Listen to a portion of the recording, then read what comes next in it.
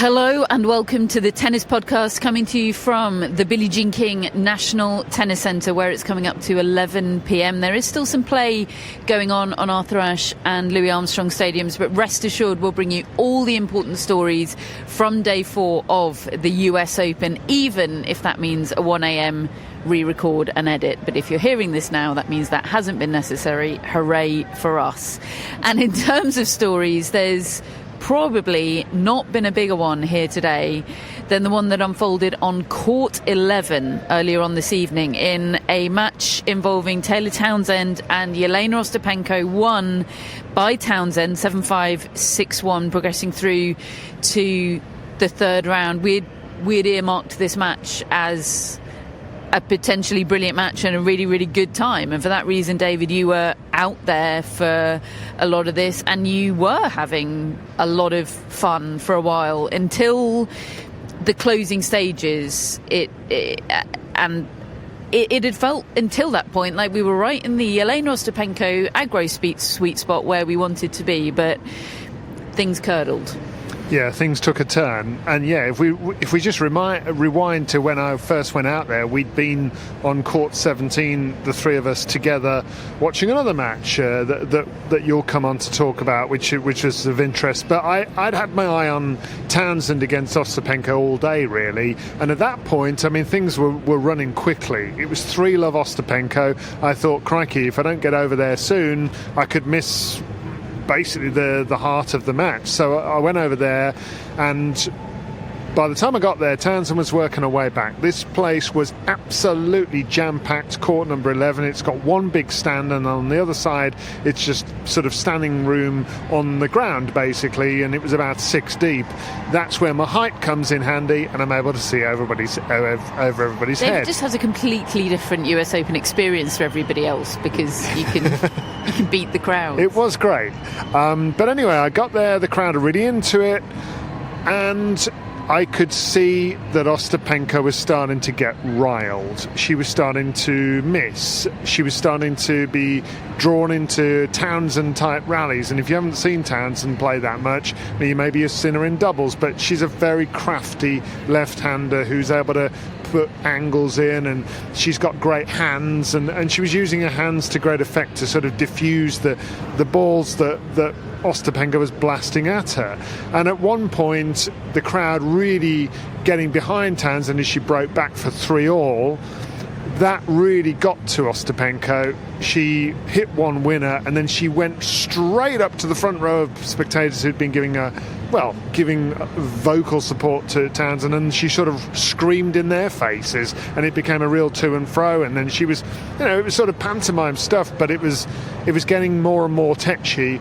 But Townsend was turning this match around. She won the first set 7-5. Ostapenko then left the court for a bathroom break, and it's one of those courts where she walked right past me. You have to just walk through the crowds. There's no sort of stadium that you're in to go to find a bathroom. You just walk with the public to find wherever the loos are.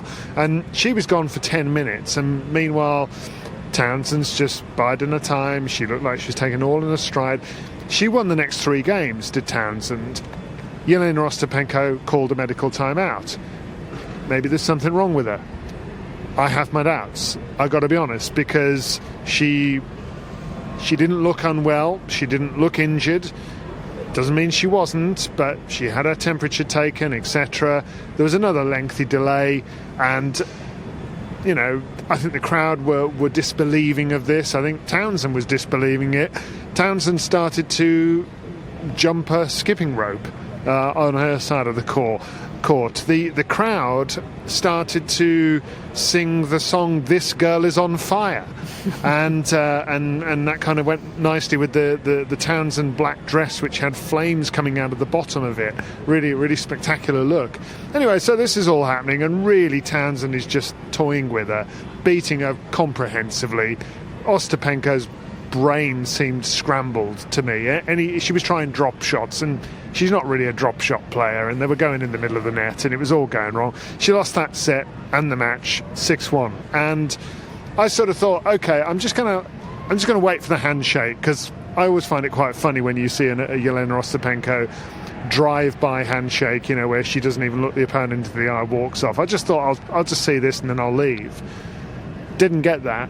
We got a handshake in which Ostapenko held on to Townsend's hand and said something to her, which made Townsend react and go over to Ostapenko's chair, and then the two of them were in each other's faces.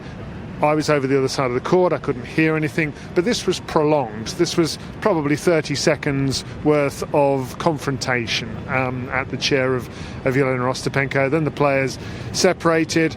Townsend went over to her side of the court, really whipped up the crowd, not only to cheer for her, but also to kind of boo Ostapenko off. Not that they needed any encouragement, and there was just very, very loud booing as Ostapenko departed the scene. And Townsend then went over to the ESPN reporter who was there in the corner of the court and did an interview, and obviously she was asked about what had happened at the net, and she immediately explained, and this is audible, obviously lots of people have gone back and looked at the broadcast, and Elena Ostapenko is not denying that she says this, by the way, so we're pretty confident that it is accurate that Elena Ostapenko said to Taylor Townsend, you have no class, no education, and you couldn't beat me outside of the US. Incidentally, the head-to-head between them is 2-1 in Townsend's favour in singles, including a win in Canada last year, which, despite the efforts of Donald Trump, is still outside of the US. So that's all kicked off. Everybody's reeling from everything that David has just described, and from the revelations of going back and listening to the broadcast, and how clear it seems to be what Elena Ostapenko has said at the net. At this point, Taylor Townsend gives her press conference time. She comes in pretty quickly. There's only about half an hour's delay, but in that intervening time, Elena Ostapenko takes to Instagram, and you think, apology incoming.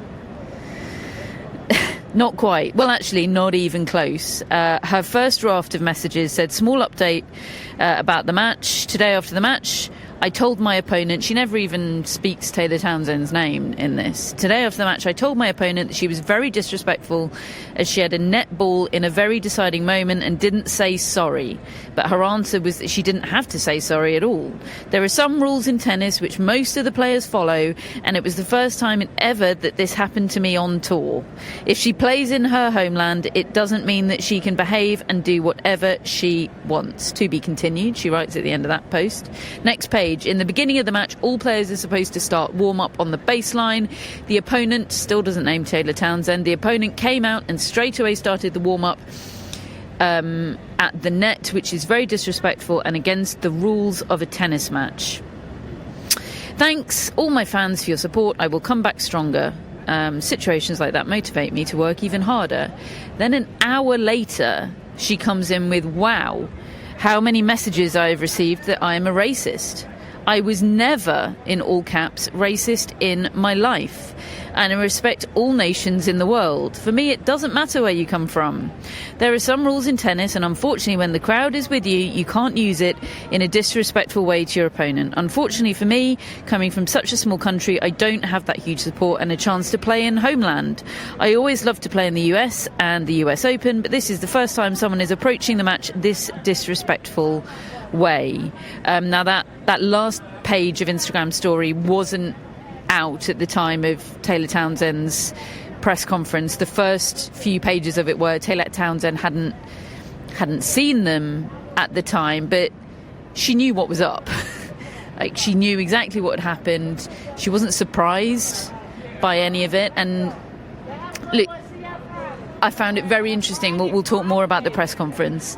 I did find it very interesting that up until that final post from Elena Ostapenko, which has been a bit delayed, it's come after the sort of initial raft of explanation. There was no mention of race by Ostapenko, and there was none by Taylor Townsend either until the very last question of the press conference, when she was explicitly asked to comment on whether perceived racial undertones, whether there were perceived racial undertones to what Ostapenko has said. And yet race hung over this whole grim episode, and that it felt really appropriate, actually. I thought the explicitness of it all, because that's so rarely what racism looks like, right? It's so rarely someone intending to sound overtly racist.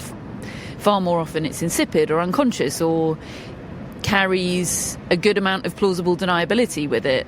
But when you're a white woman talking to or about a black woman, it's incumbent upon you to understand the dynamics at play, that casually accusing somebody of having no education, which is a pretty popular genre of racist assumption, by the way, is simply unacceptable, regardless of the context or what you intended. And her lack of acknowledgement of any of those dynamics, or even pause to consider them and their role here, regardless of her stated intentions, I'm afraid speaks volumes. And also, just finally on the Instagram story, the high-handedness of it all is what really bothers me, listing all the ways in which Taylor Townsend wasn't properly respecting the rules of tennis, as if she is the gatekeeper of what is and isn't tennis. Well, that carries a lot of racial undertones that she should be aware of as well. Plus a shitload of irony. This is Elena Ostapenko we're talking about. Gatekeeping the rules of tennis and how they should be respected. Pretty staggering stuff, to be quite honest with you. And it was so striking, David, how unshocked Taylor Townsend was by what happened out there today. Yeah, she didn't skip a beat, did she? She's been in this situation before in different ways, but you know, I actually thought she was pretty generous to Elena Ostapenko in the way she responded to it. She certainly could have spoken differently, I think, in this press conference about this incident. I was the first one to ask her a question to outline what had happened, which was more or less a repeat of what had been said in the ESPN interview there, and it was that final question and answer really that I think it bears just running through. The question was, for a lot of black people, hearing no education, no class would be interpreted, and rightly so, as a dog whistle. Do you believe that had racial undertones? And for black people and black women who will hear about this and may have dealt with certain situations where they've had comments where they've interpreted it as more than just competition, what would you say to them? Taylor Townsend responded, I can't speak on what her intentions were. I can only speak on how I handled the situation. She was upset about the outcome that occurred. You lost, you're upset about that. Saying I have no education and no class, I don't really take that personally, because I know that it's so far from the truth and so far from anything. Again, if I allow what other people have to say about me to affect me in that way, then they win. So ultimately, no, I stood up for myself. I kept in mind in the moment how I wanted to portray myself and how I wanted to show up. And if my son were to see this interaction, how would he view it? I think he'd be proud of the way I handle the situation. I'm very strong. I'm very proud as a black woman being out here representing myself and representing us and our culture. I make sure that I do everything that I can to be the best representation possible every time I step on the court. So I can't say how she felt. That's something that you're going to have to ask her. I didn't take it in that way, but also that has been a stigma in our community of being not educated and all of the things when it's the furthest thing from the truth. The thing I'm most proud of is that I let my racket do the talking, because ultimately I'm the one sitting here in front of you guys, moving on to the next round, getting the next check, moving on, being able to still be here and speak to you guys. That's what's most important. She's packed up and gone. So whether it's racial undertones or not, that's something she can speak on. She's packed up and gone was absolutely iconic, wasn't it? I mean, she's incredible, Taylor Townsend. And I'm so excited to watch her play tennis again. Yeah, it's great to watch her playing singles like this, isn't it? Because she's the world number one doubles player. This is a woman who has absolutely strung it all together in doubles, and she's such a great talent around the net. But she has only ever reached 1/4 round of a Grand Slam in singles. That was here 6 years ago. She's now in the 3rd round of this tournament, and it is a thrill to watch her brand of tennis. And yeah, I'm really pleased to see that she's able to make it work in singles. I've kind of been waiting for this for a couple of years. And she was pretty bullish about her game. Yeah. In that press conference, obviously it wasn't, unfortunately, the main topic of discussion, but she's feeling herself this US Open. She does have Mira Andreeva next, though, who is dismissing opponents first so far. I mean, okay, different caliber, but 6-1, 6-3 over Anastasia Potapova today. She seems to be, Matt, in some form, and she seems to be healthy. Yes, and we had doubts about both of those things, didn't we, coming in, particularly the health, considering she hadn't played in a little while, but very impressive, very efficient winning in her first couple of rounds here. I think that's an absolutely fascinating matchup. Taylor Townsend coming forward. I think Andreeva, has good hands, will probably be able to handle quite a lot of what Townsend throws at her, but maybe not everything. And honestly, the last time we saw Andreeva going up against a home player at a slam, she did not handle that occasion well. Obviously I'm thinking of the Loïs Poisson match at Roland Garros. So, seeing her back in that situation, okay, it will be a little bit different, but that's going to be a really fascinating element of this. Just incidentally, Ostapenko is in the doubles and is partnered with Barbora Krejcikova here. And obviously no one spoke to Ostapenko after the match today. One of the quirks, one of the frustrations maybe with the way the system is done in terms of which players come to press is you have to put those requests in very early. There were obviously lots of requests for Taylor Townsend. No one requested Ostapenko, and therefore she went without doing a press conference. But it's possible that we may hear from Ostapenko in the next few days, and I don't know, I don't really want to hear from Ostapenko at the moment, but at the same time I think it's potentially an opportunity for her to right some of those wrongs of those statements on Instagram. I'm not convinced that she will. I think she's got a lot of work to do there, the hours, you said, to realise the hours gap between the statements suggests that in that time someone said you've got some making up to do, Elena, and that was what she came up with. It's pretty alarming. Yeah, big time. Moving on, we've been watching Aryna Sabalenka having to battle against Polina Kudermetova, the lesser spotted Polina Kudermetova, who is some player. She's faded in this second set, but in the words of Mary Carrillo, she's a real smoothie. Kudermetova, I thought that was perfect.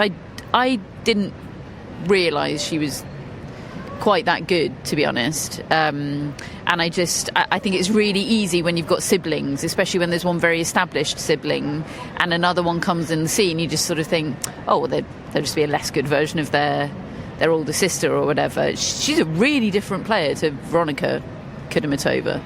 Yeah, she hits a much flatter ball. I mean, Veronika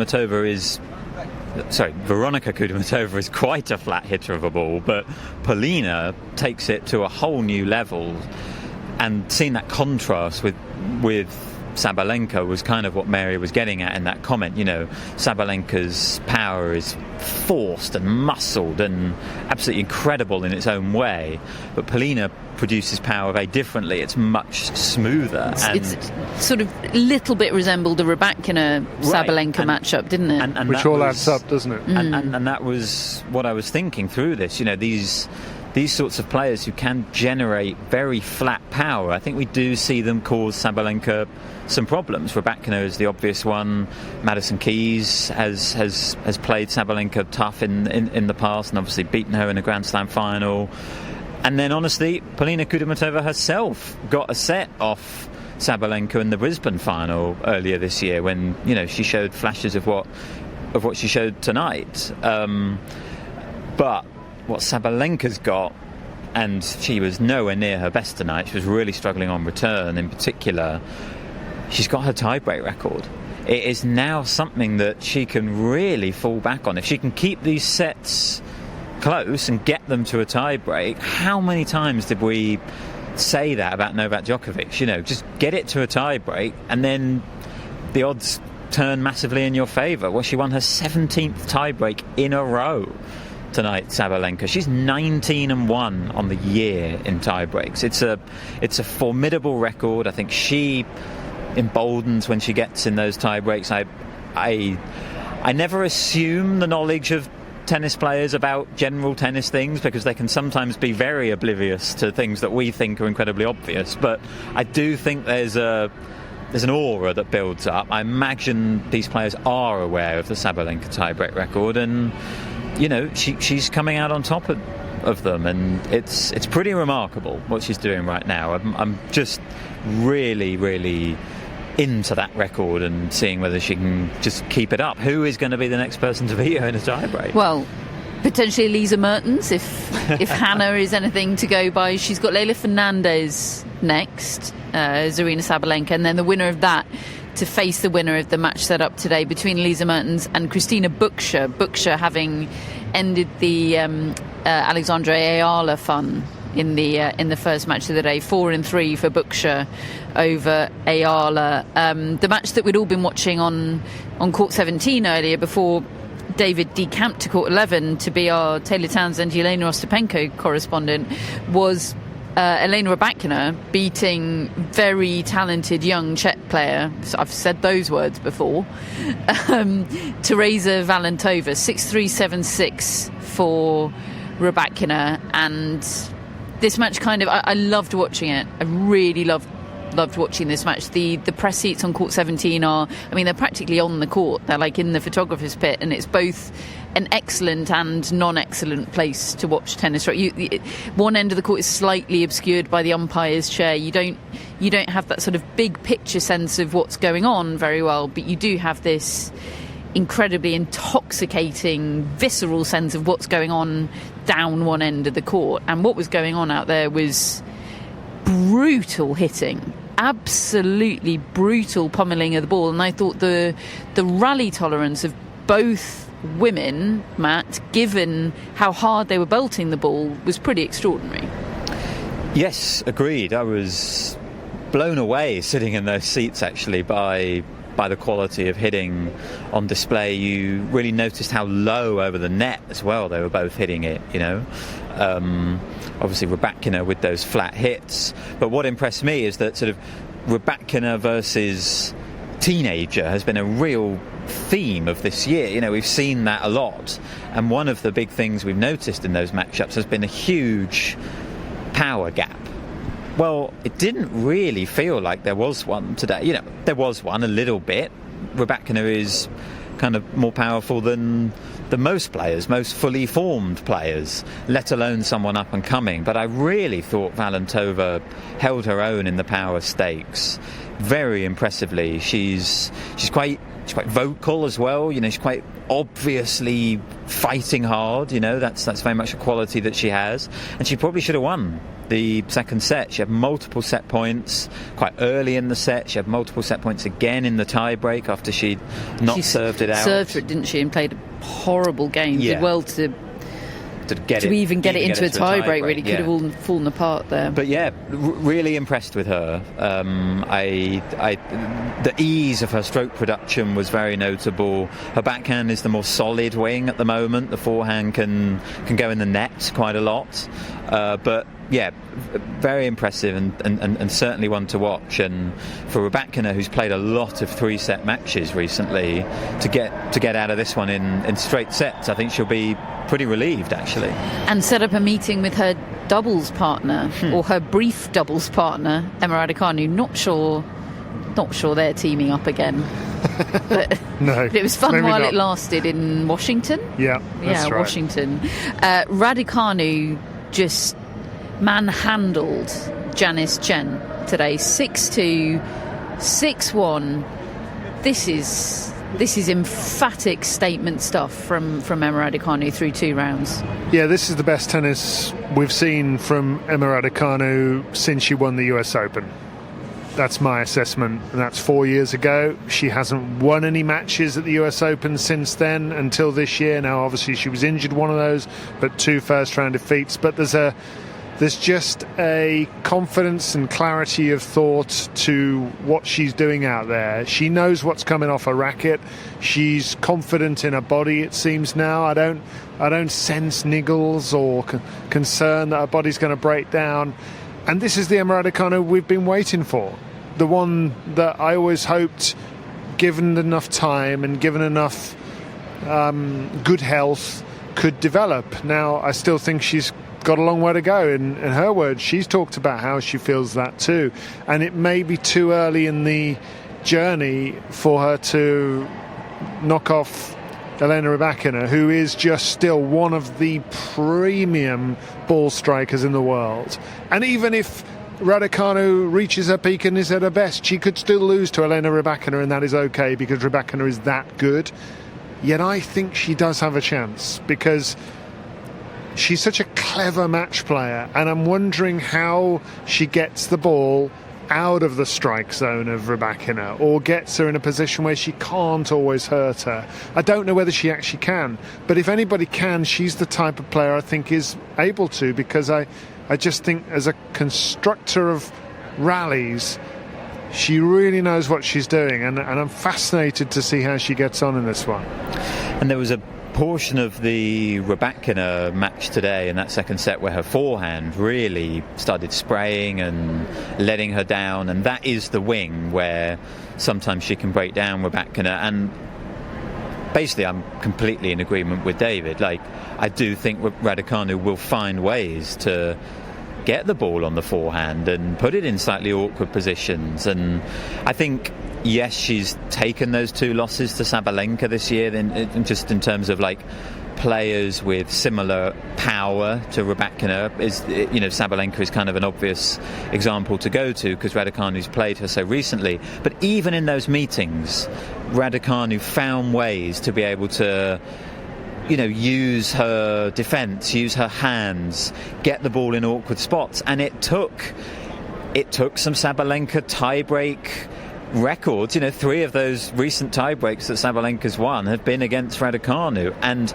I'm not as high on Rybakina in those high-pressure situations as I am Sabalenka. And I think the way Raducanu's playing right now, I actually think it will be difficult for Rybakina to just sweep Raducanu off the court. I think there will be high-pressure, tense moments in this match, and Sabalenka rose to those against Raducanu. I'm not as convinced that Rybakina will. And it's interesting, you mentioned the 2 losses to Sabalenka, but it's almost like Raducanu has processed those as victories, because getting that close to Aryna Sabalenka, the world number 1, in the manner that she did to her was a victory. Were victories. Totally. Like, she keeps on bringing up, particularly the Canada one, Cincinnati, yeah. But the Wimbledon one as well. When she's asked about her confidence, she talks about those matches against Sabalenka rather than any particular recent wins. She said it's very interesting. There was also a moment at the start, I think it was the very first question of Raducanu's press conference, where she was asked about avoiding a banana skin in Janice Chen. Apparently Americans, they don't have that phrase here. Did you know that banana skin is a very British thing? No, I didn't know that. Let us know. Do because I feel like we say that quite a lot. Have our American audience been confused all this time? But we don't say potential banana skin, which always slightly winds me up. Yes. Because either you slip on it or you don't. Yes, a banana skin is a banana skin. We've further confused our American audience. Sorry about that. Jasmine Paolini, a winner in the night session tonight on Armstrong. 3-3 for her over Iva Jovic. Pretty straightforward here, but it did get fun at the end, sort of in the nick of time. Jovic gave the crowd something to get their teeth into. She finally broke the Paolini serve. She's got a snazzy sort of bespoke outfit, Paolini. She does, yes. It's a very night session as well. I feel like that's a level up for Paolini, getting her own US Open glitzy kit. Yeah, you know? I think so. She, after her first round win, she was interviewed by Blair Henley, and Blair, said exactly that. What a great kit, and she was pumped. She was pumped about it. She twirled and showed it off. Which is just great Paolini vibes. I didn't see a huge amount of this, but I did hear Andrea Petkovic in commentary described as a tactical masterclass by Paolini, and really picked out the way that she went after the Jovic second serve in particular. I think she was just a threat on return all night, and maybe didn't quite have her best ball striking, but she's a smart player who's won a lot of matches in the last 18 months or so, and she put those things into practice tonight. It's Marketa Vondrousova next for Jasmine Paolini. It's a great section. Who is just quietly having a mini eruption. I don't know if third round counts as an eruption. Well, but McCartney Kessler is a tough opponent to beat. She's brewing up to an eruption. Put it that way. And that's the Rybakina Raducanu. Yeah, section. so the winner of Paolini Vondrousova faces the winner of Rybakina Raducanu, and that is a fun section of this draw. It's so good. Yeah, really great. We had a win for Jessica Pegula in the first match of the day on the Arthur Ashe Stadium. She beat Anna Blinkova. That's a banana skin avoided. Yeah. 6-2, 6-3, and she now plays Victoria Azarenka, who beat Anastasia Pavlyuchenkova today in a match that took place in 2009. 3-3. Didn't watch much of this, but Hannah, of course, watched every ball. Yeah, and said that Pavlyuchenkova was really struggling she had physically a in this very one. tough year of health, Pavlyuchenkova. Azarenka ranked 132 in the world at the moment. That's how tough times have been for her, but I love the fact that she's still out here and she's getting through to the third round like this. Still hungry for it. Barbora Krejcikova, the other kind of really notable winner on the women's side today, she beat Marika Uchijima comfortably 4-2 and faces Emma Navarro next. So we've got some good little matchups being set up. Brewing nicely, isn't it? Yeah, brewing nicely, like a cup of English tea. Yes. Right, that's it for part one. We'll be back in part two to talk about the men. Welcome back to part two of the tennis podcast, where players wrapped up for the day. Sabalenka's won, Ben Shelton's won. Comfortable in the end for them both. In fact, Ben Shelton comfortable throughout. He looked great tonight against Pablo Carreño Busta. Before we get into the matches that we've seen today, you should probably start with the Jack Draper news that dropped early afternoon today. His withdrawal ahead of his scheduled second round match with Zizou Bergs. I mean, a surprise and not a surprise. I suppose more not a surprise than surprise, David. Yeah, I mean, certainly on the whole, given the injury that he's described having to his arm, and the fact that it has kept him out since Wimbledon, and the fact that he's talked about having pain and playing through it and so forth, the surprise comes because after the first round match where he lost a set, and he was talking about how I need sets and I wanted to lose that set in a way so I could have another one, I assumed he was good to go, really, or at least to play. So I guess once you've played an intense match, then there's the period of how does the body react to it, because you just haven't done it for such a long time.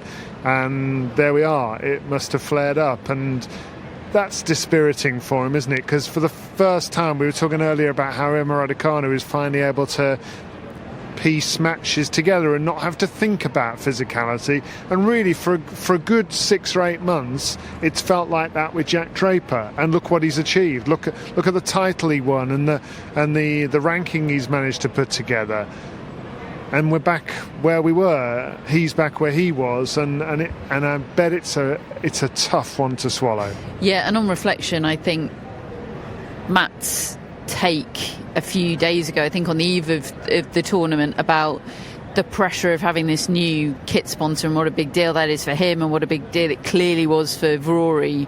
I can't believe that wasn't a factor in him deciding to play here at all. I don't think it's as binary as, someone from Rory picking up the phone and saying, better not pull out of this tournament, Jack, because your face is all over Manhattan. I don't think that happened at all, but he will have been aware of the atmosphere of, he'll have been aware of all the plans being made and everything. It's like calling off a wedding, isn't it? It's like leaving someone at the altar. Yeah. And that's a tough thing to do. It does just make me worry about the rest of the season for Jack Draper. Not that I judge him for being susceptible to that pressure, but there's going to keep being pressures like that. He'll be desperate to qualify for Turin. Yeah, absolutely desperate. And he's got points to defend in Vienna coming up, and he's already sat on the sidelines for big chunks of his early stages of his career and watched his peers go past him. I think he's going to find this hard, and it's going to be a real test of his decision making. Yeah, and we've had a few of them this year, and he's actually been quite cautious in terms of not playing certain events, which I think is sensible. I think he gets it, and that makes me think it's not all about just ranking points and prize money, and even if he were to think, well, no, it's not the clothing thing, that's not what it is. I mean, I do think that all feeds into the sort of general sense of anxiety of responsibility and so forth, but he is a natural born competitor who wants to be maximising his opportunity to make the most of his incredible talent and the fact that he's kind of cracked it this year. In the last 12 months, Jack Draper has proved he's a top 5 player in the world who can hurt people and who could maybe win a Grand Slam tournament. And it's not like the time's ticking down, but this is where he wants to be doing it. He's a young man who's got it all before him, and now his arm is stopping him play tennis. It must be gutting. And I agree with you. How do you handle this? I don't know what the physical diagnosis and prognosis is, what the most sensible course of action is, but there's a big part of me that just wishes he would see us in January. And, I know there's loads of points and there's loads of prize money and all the rest of it, but if him coming out for the Australian Open in January 100% fit was the option, personally I'd be taking that. Yeah, play the long game. Okay, well, same with Arthur see. Fils. Yeah, I mean, absolutely. Big parallels there. Let's start at the top. And Novak Djokovic, who played first match of the day on the Arthur Ashe Stadium today, and when that schedule came out yesterday, we all raised an eyebrow and wondered when the last time we saw Djokovic play first on any court anywhere was, quite frankly. And then when he actually stepped out onto the court in the full sun, and obviously the fact that he lost the first set very much added to this, but it looked even weirder, I think, than we thought it would. It was really weird seeing Djokovic play in that time slot. It was, yeah. And he made a little comment in his post-match interview saying, thanks for coming so early. That's very Davidovich Fokina. And look, I had very similar feelings watching him today as I had watching him the other night, which was that for quite a significant portion of the match he looked there for the taking. And against Leonard Tien, it was the second set. Today it was, front-loaded. It was the start of the match and into the second set, and the start of the third set even was not very convincing from him. And the main take I had is that Djokovic for so long had a superpower, which was forcing players to do something out of their comfort zone against him, to go for broke, or to do something that they're not used to because their normal game is just simply not going to cut it against Novak Djokovic. In the words of Matthew, our camera operator at Wimbledon, and general friend, people shit themselves. Right, and there's very much a degree to which Djokovic makes them do that. Absolutely. But they do. And Matthew is always right with his blunt takes. But what it felt like to me, and look, I don't claim to be a big expert on Zachary Schweider's game, but it seemed to me that he was playing very much within himself in that first set. He looked very at ease, really. He looked like he was doing the things that he was comfortable doing, and they were working against Novak Djokovic, and he had a slight look of, wow, it's working against Novak Djokovic. I'm holding serve, I'm sticking with him, I'm threatening, I'm in a tiebreak, I've won the tiebreak. And that did not used to happen.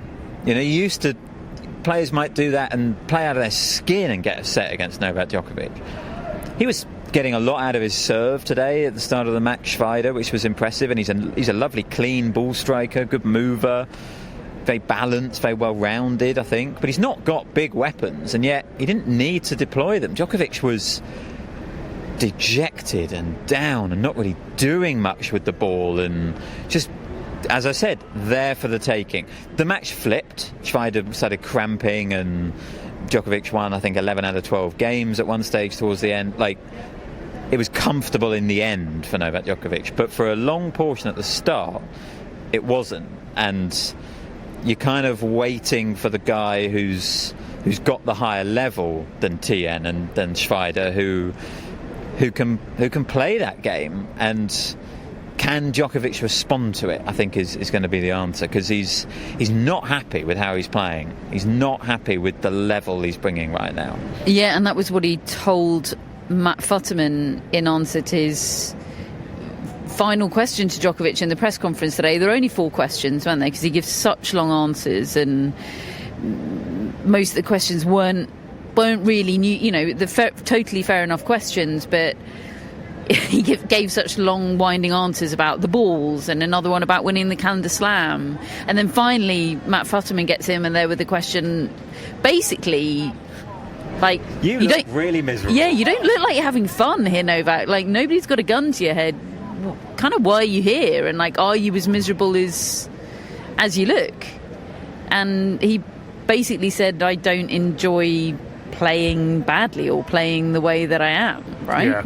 Yeah, I think he is a perfectionist, yes, but I think he's also a tennis specialist, expert, genius. He's somebody who wants to feel the ball on his racket. He wants to play like he knows he can, like he has done for 20 years.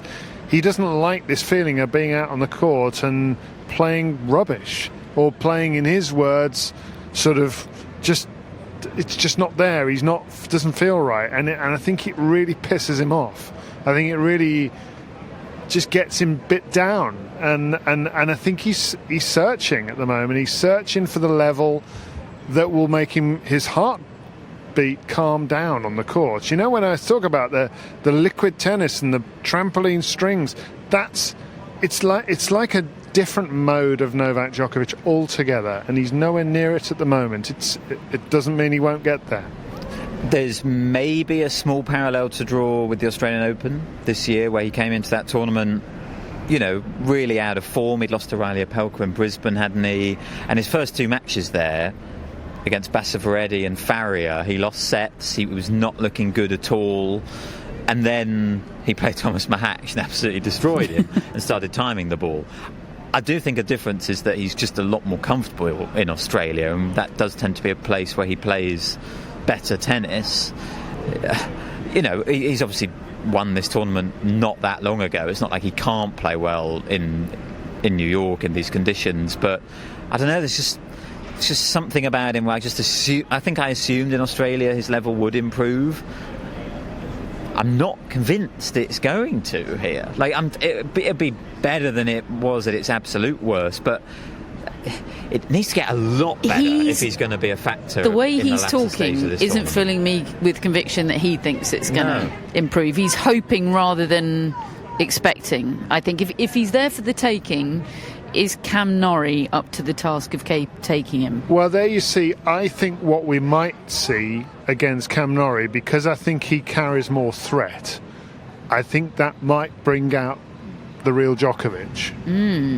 And a little bit like how we've talked about with Alcaraz and Raducanu and needing to be on it.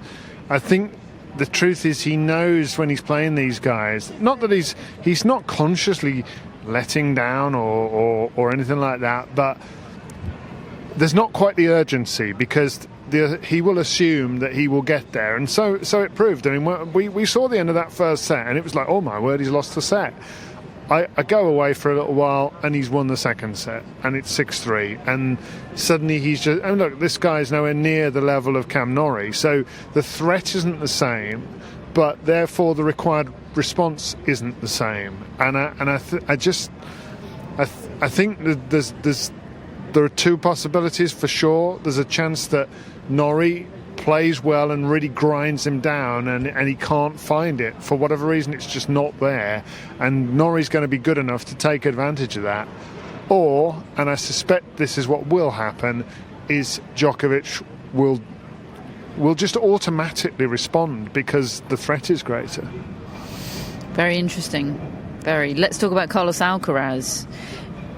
Very little to talk about for once with Carlos Alcaraz. He was that good. 6-1, 6-love, 6-3 over Mattia Bellucci. I played great, to be honest, was Alcaraz's assessment of himself on the court after the match, and I agree with him. He played great. Hasn't had his serve broken through 6 sets, Matt. It's new Alcaraz. I'm not going to start talking about him as a serve bot, because then he'll hit, 3 double faults in a row in his opening game of his next match and make us all look silly. But I have been impressed with the flow, the rhythm of his serve, and today he was maybe better than great. He was absolutely phenomenal. Yeah, it was unreal. In those first 2 sets, he was so good. We were very much enjoying listening to the Mary Carrillo commentary, and at one point on that broadcast they were talking about what can Bellucci do, and someone suggested try an underarm serve, and it was that desperate for Bellucci. There was just no answer that he had to Alcaraz. There was just nothing that he could do because Alcaraz was just so superior. And yeah, maybe this is the tournament that we've been thinking might eventually happen, where he just sort of bulldozes his way through and takes care of people and doesn't have the lapses. And there was no indulgent tennis out there, was there? It'd be very easy to get involved with a guy like Bellucci. Yeah, he just dominated faff-free tennis, faff-free hair, faff-free tennis. The marine. And the hair already looks better. Yeah, it's already grown to just looks like a normal. It looks intentional. Looks like it could have been intentional now. Normal buzz cut. Looks like Alvaro is off the hook for his failure. He's still looking a bit sheepish. He is, isn't he? How did he word it? He misunderstood with the machine. So good. I messed up my card payment earlier, and just obviously apologised and all that kind of thing, and then I walked away thinking, why didn't I say sorry, I misunderstood with the machine? Didn't have it in the moment. Got to get it at your fingertips. Taylor Fritz rather less comfortable today against Lloyd Harris. 4-6, 7-6, 6-2, 6-4. Didn't watch every ball of this. I mean, well done anybody that did watch every ball of this, because this was a grind. I know Lloyd Harris is that kind of player. He doesn't really miss, does he? He's really solid, and he is having a little bit of a resurgence, isn't he? And look, Taylor Fritz is an incredible backboard. His rally tolerance is incredible, and that is a real skill. But I felt a bit like I have done with Medvedev this year, watching him today. God, I'm sure you used to hit winners. I'm sure you used to be able to end rallies in a way that you're not doing right now. Yeah, he didn't look that convincing for quite a lot of this. He goes a set down. It was a bit dicey in the second set as well. He just looked like he wasn't completely sure of what was coming off the strings in the way that he was a year ago. And yet I always thought he would find a way to win the match. I mean, this is a guy who's several rungs below in terms of class. He said in his press conference, I've known Lloyd for years and he's a really consistent player. And I think I don't think he relished it massively, the prospect of it, because the only win is to progress, really, isn't it? I mean, you want to play well, but all the pressure's on you. It's just a match you need to navigate, and he did in the end. I would think, and I think we've got to bear in mind as well, Taylor Fritz has missed some tennis this year, and he's also had injuries. He hasn't had the results that he's had in the past. He's kind of searching a little bit at the moment. So, but if he stays in this draw and works his way through, he becomes dangerous. Yeah, he has the conqueror of Brandon Nakashima in the next round, the Swiss world number 175, Jerome Kim, who I know nothing about. We watched the tiebreak, didn't we? And he certainly went for it and took his chance, so fair play to him. Tomas Machac took very easy care of João Fonseca, 7-6, 6-2, 6-3. I found this a bit of a bummer, seeing João Fonseca and his troupe of Brazilian fans exit the tournament in such sort of disappointing fashion, but Matt loved it.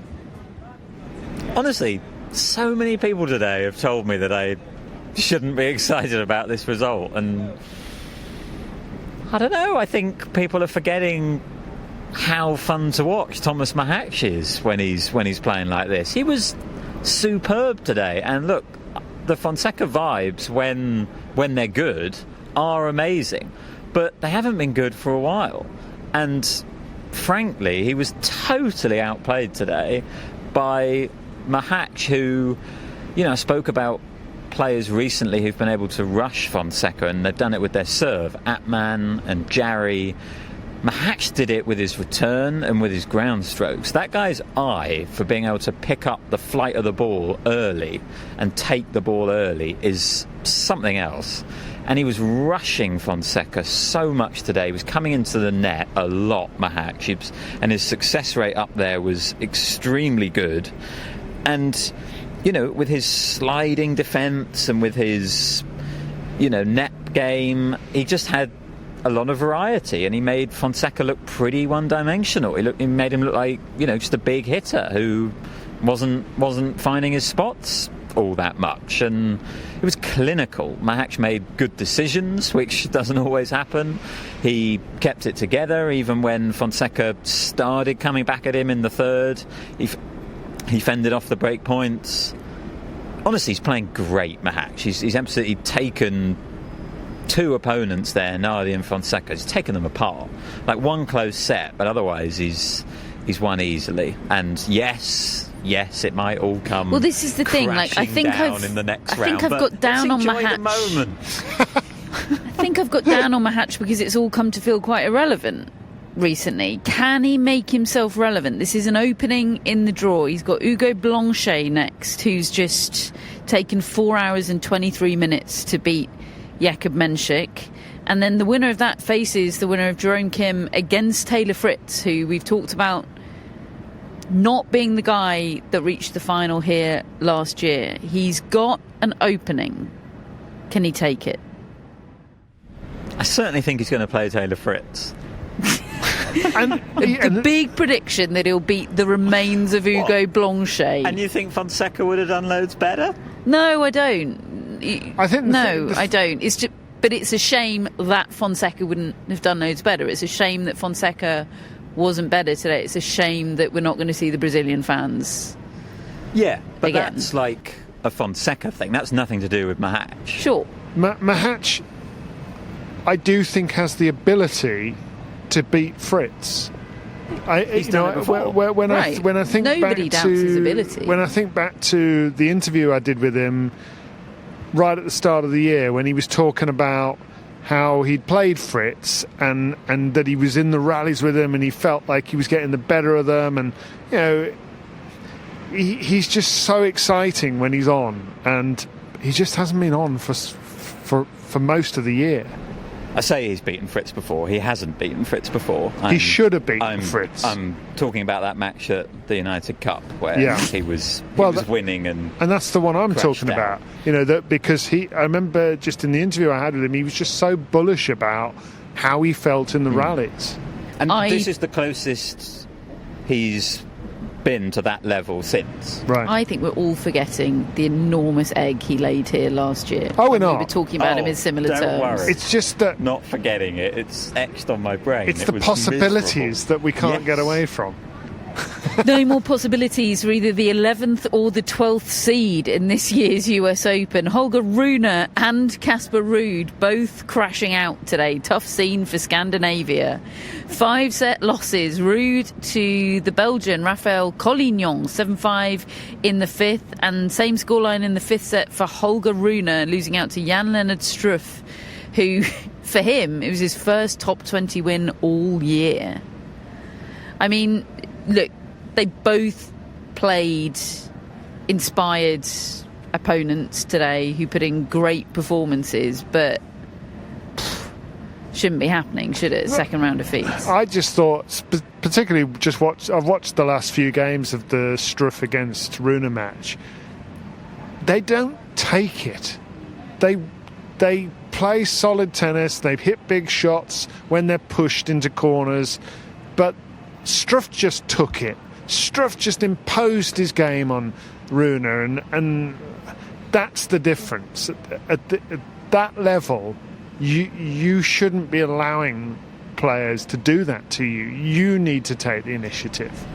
And for Ruud, which was, I watched that match more closely, the final game of this was extraordinary because Collignon's broken to go up in the 5th set. He's serving for it, but he gave Ruud a chance to get the break back.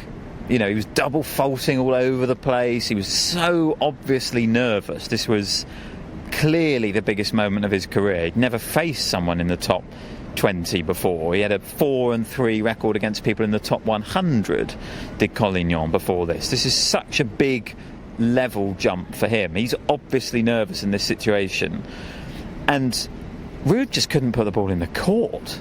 I mean, he just was shanking the ball, and I just thought, gosh, this guy is so far from where he was. He wasn't even able to make Collignon play for it. He wasn't even able to just assert pressure by making shots. He just fell apart, Ruud, right at the end. And yeah, he obviously had that tremendous high earlier in the year winning Madrid, but that aside, his game really looks in a bit of a state right now.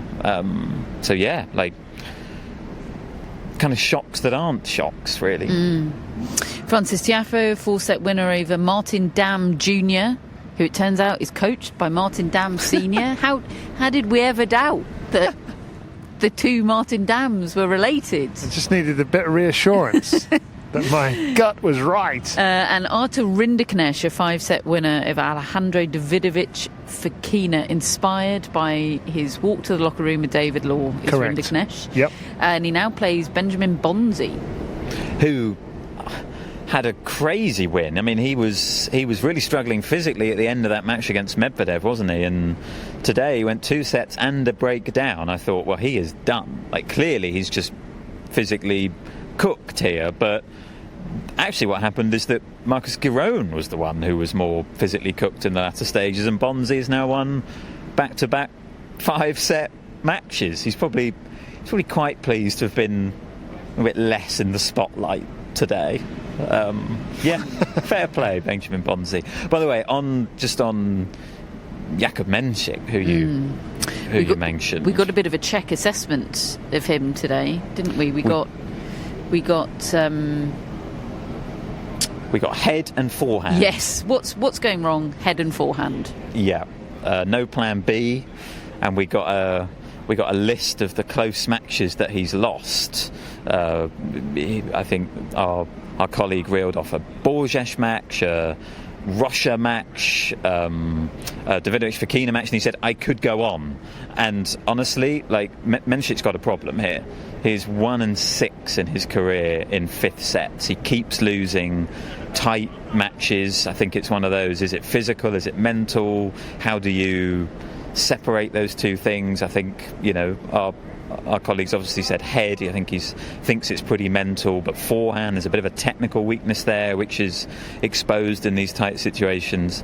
1-6 in fifth sets in his career, and the only 5-set win in his career that he's had was against Tristan Schulhate. Perfection, Matt. On that note, we end part 2. We'll be back in part 3 to look ahead to tomorrow. Welcome back to part 3 of the tennis podcast. On day 4 of the US Open, we have a day 5 to look ahead to. Good luck, Susan Lamond. She opens the Arthur Ashe Stadium tomorrow against Iga Swiatek. Go with God, Susan. That is followed by day session, Jannik Sinner against Alexei Popyrin. He pulled off an upset here last year, Popyrin.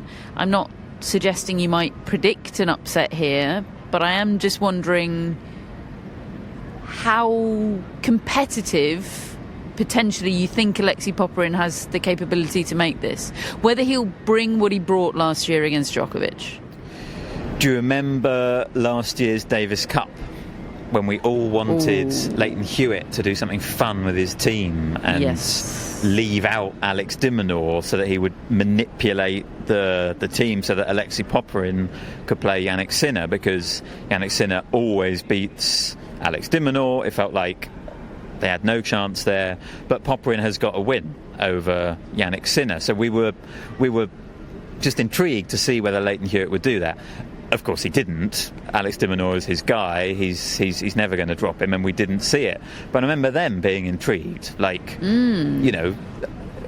I think it might go not in such an extreme manner, but I think we might get similar quotes from Alexei Popyrin as we had from Felix Auger-Aliassime, who had a winning record over Jannik Sinner a few years ago and now comes up against this version of Jannik Sinner and realises just how much better he's got. I think Popyrin will bring it. I think he likes this stage. I think he'll play well, and I don't think it's going to be a Vit Capriva situation, but they're running back Swiatek and Sinner in the day session. They're determined. It's very brave of them. They're determined to get past 3 p.m.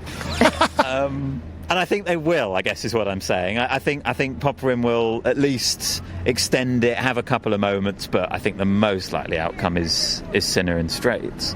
Night session is Donna Vekic against Coco Gauff. I think that scheduling is pretty big for Vekic and her chances in this. I do too. I think day session would have helped Gauff. I think you'd get more out of the court, more out of the conditions. And Donna Vekic, it's not hot here anyway, really, relatively speaking, is it? But Vekic is going to like the fact that she's going to be playing under the lights and it's not going to be hot at all. And she can tee off, and she likes the big stage herself. Absolutely fascinated. Yeah, it feels like the sort of match where you don't need a best-of-5 set match involving Nuno Borges and Tommy Paul to come on afterwards, but no. That is the situation we'll be in tomorrow night. That's the second Arthur Ashe Stadium night match. Armstrong opens with Lorenzo Musetti against Avi Goffin. Stylish. Lovely match. Lovely match. And second on, day session for Hailey Baptiste against Naomi Osaka. Great match. I wonder if Osaka requested this so she could wear her day dress. Get it in before she's out. Sounds definitely possible. Yeah. That's where I'll be for the second match of the day tomorrow, that's for sure. And the night session tomorrow is Alexander Zverev against Jacob Fernley, followed by the backhand list-off second on the night session. Tough scheduling for Matt Roberts. Anisimova against Joint. But I will be there. TBC on me and David. Grandstand opens with Andrei Rublev against Tristan Boyer. We've got Kostya Mukova. We've got Tsitsipas Altmaier, the final match on Grandstand tomorrow. That could be stylish as well. Stadium 17 is where you find Haddad Maia against Golubic. Brooks Speaker Bolly. I reckon David's going to sneak out for some Brooks Speaker Bolly, if I know David Law. I think I'll be otherwise engaged with Naomi Osaka, to be quite honest. But you never know. Well, I think there'll be... I think you might just get tempted, though. Yeah, I predict you're going to watch some Kaboli. Probably. Daria Kasatkina against Kamila Rakimova, and Alex de Minaur against Shinzo Mochizuki, the final stylish match as well. On 17 tomorrow. Remember when I briefly thought Mochizuki was like the best player in the world?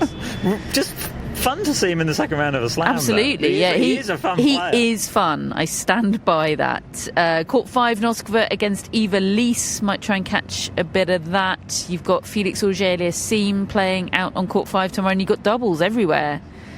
We have arrived at that stage of the tournament. Gabriel Diallo against Jaume Munar on Court 7. Denis Shapovalov is out there. Laura Siegmund, folks, is second on Court 10 tomorrow against Anastasia Zakharova. She'll probably lose to her. She has got a wacky serve. Yes. Can't wait. Very bizarre service motion. In fact, that could be a wacky match. Second on Court 10, folks. We'll be here with the podcast at the end of it all. Of course, it will be our pleasure to do that. TBC on whether Matt Roberts will be on it. He might be otherwise engaged. Can we tear you away from Anisimova joint to do a podcast? No, the pod will have to wait. Or be recorded That's before. A discussion. Matt will be on the pod, folks. Don't you worry. Recording through Anisimova. Yeah, I think you might be. Well, then I'm not on the pod. Oh. It's the road to blonde. I got to be there. Disagree. To be discussed, Matt Roberts. Hello to our mascots, Phoebe, Maisie and Roger. Hello to our top folks and executive producers, Greg, Chris and Jeff. We're going to leave shout-outs to tomorrow because we've got a bus to catch. And if we don't catch it, that'll cost us half an hour of sleep. And Matt's apparently going to cost us all sleep tomorrow night watching Amanda Anisimova, so better prioritise sleep tonight. We are part of the Athletic Podcast Network, and we will be back at some point tomorrow.